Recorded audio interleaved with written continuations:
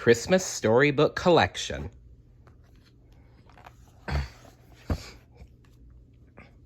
Bambi, the Wonderful Winter Tree.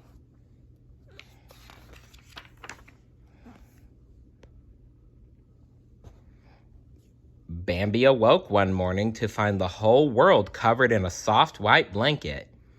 "What is it, Mother?" Bambi asked as he gazed around in wonder. "This is snow," replied his mother. "It means winter is upon us." "Snow," said Bambi.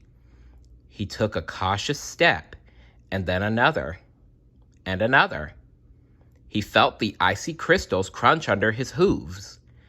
He looked back at the tiny tracks he had made in snow. "I like snow," Bambi said. "Snow is pretty to look at," his mother told him, "but it makes winter hard for all the animals." It's true. There's barely any food to be found. It's really scarce during the winter. Bambi was about to ask her why winter was harder than other seasons, but just then his friend Thumper came hopping over. "Hiya, Bambi," said the bunny.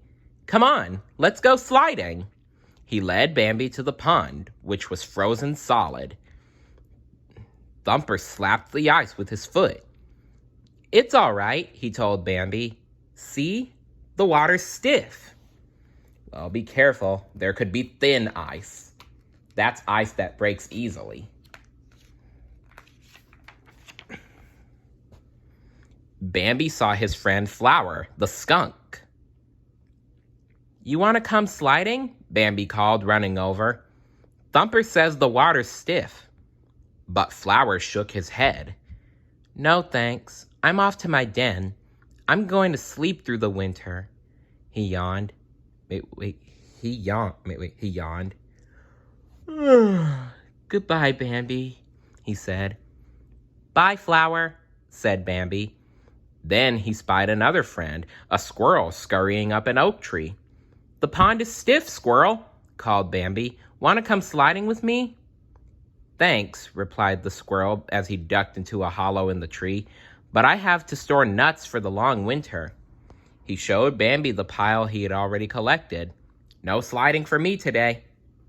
So Bambi headed back to Thumper and the ice-covered pond by himself.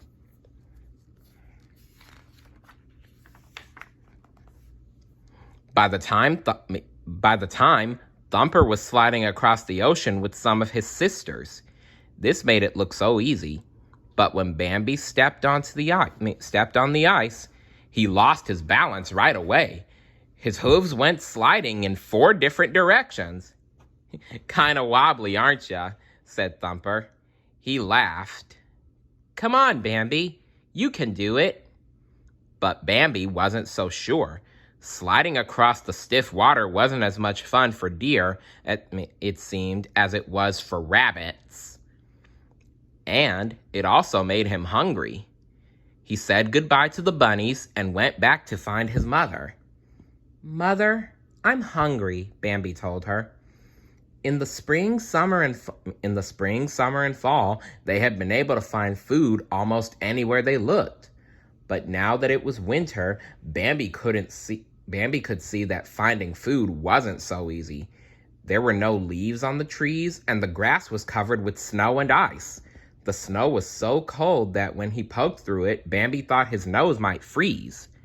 At last, Bambi's mother uncovered a small patch of grass. Bambi nibbled it eagerly. Then Bambi curled up with his mother for a nap. The ground was so hard and cold, and the wind was chilly. Bambi was grateful to have his mother there to keep him warm. "Is this why the birds fly south and why our other friends sleep through the winter?" Bambi asked her.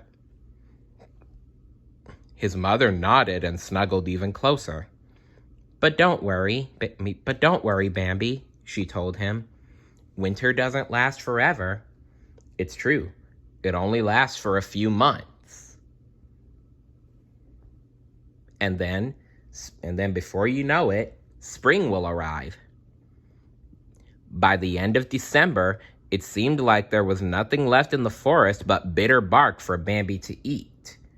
The days grew short and the nights grew long, and throughout them Bambi's stomach rumbled. And then one day, something truly amazing happened. Thumper was the first to see it.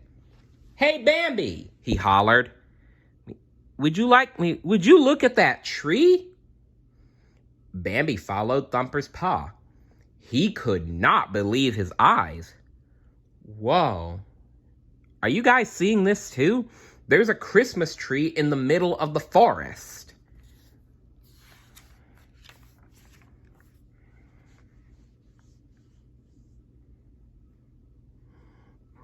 There before them was a tall pine tree unlike any Bambi had ever seen.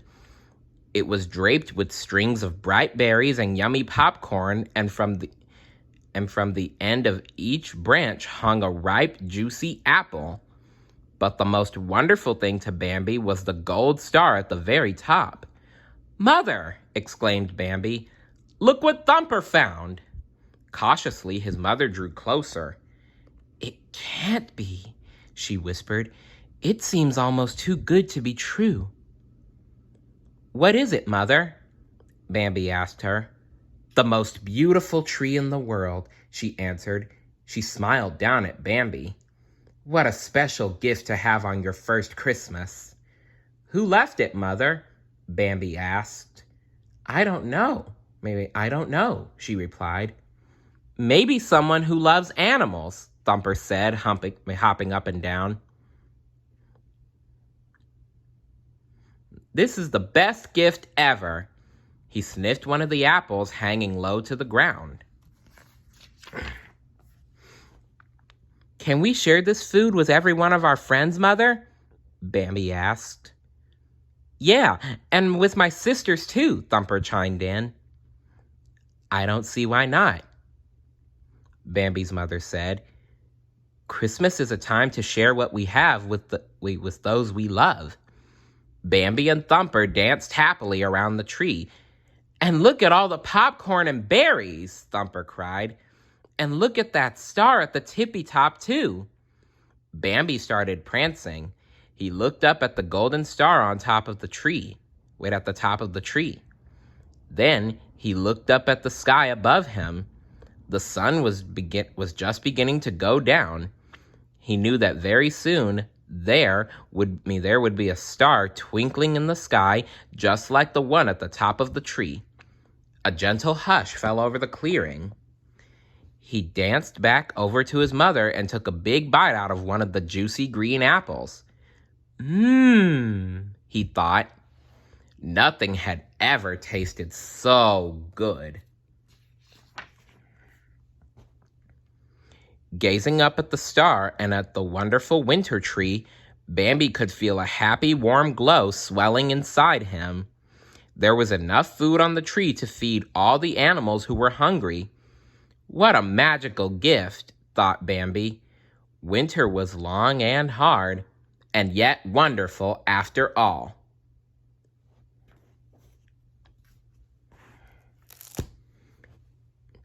As Bambi's mother said, Christmas is a time to share with those we love.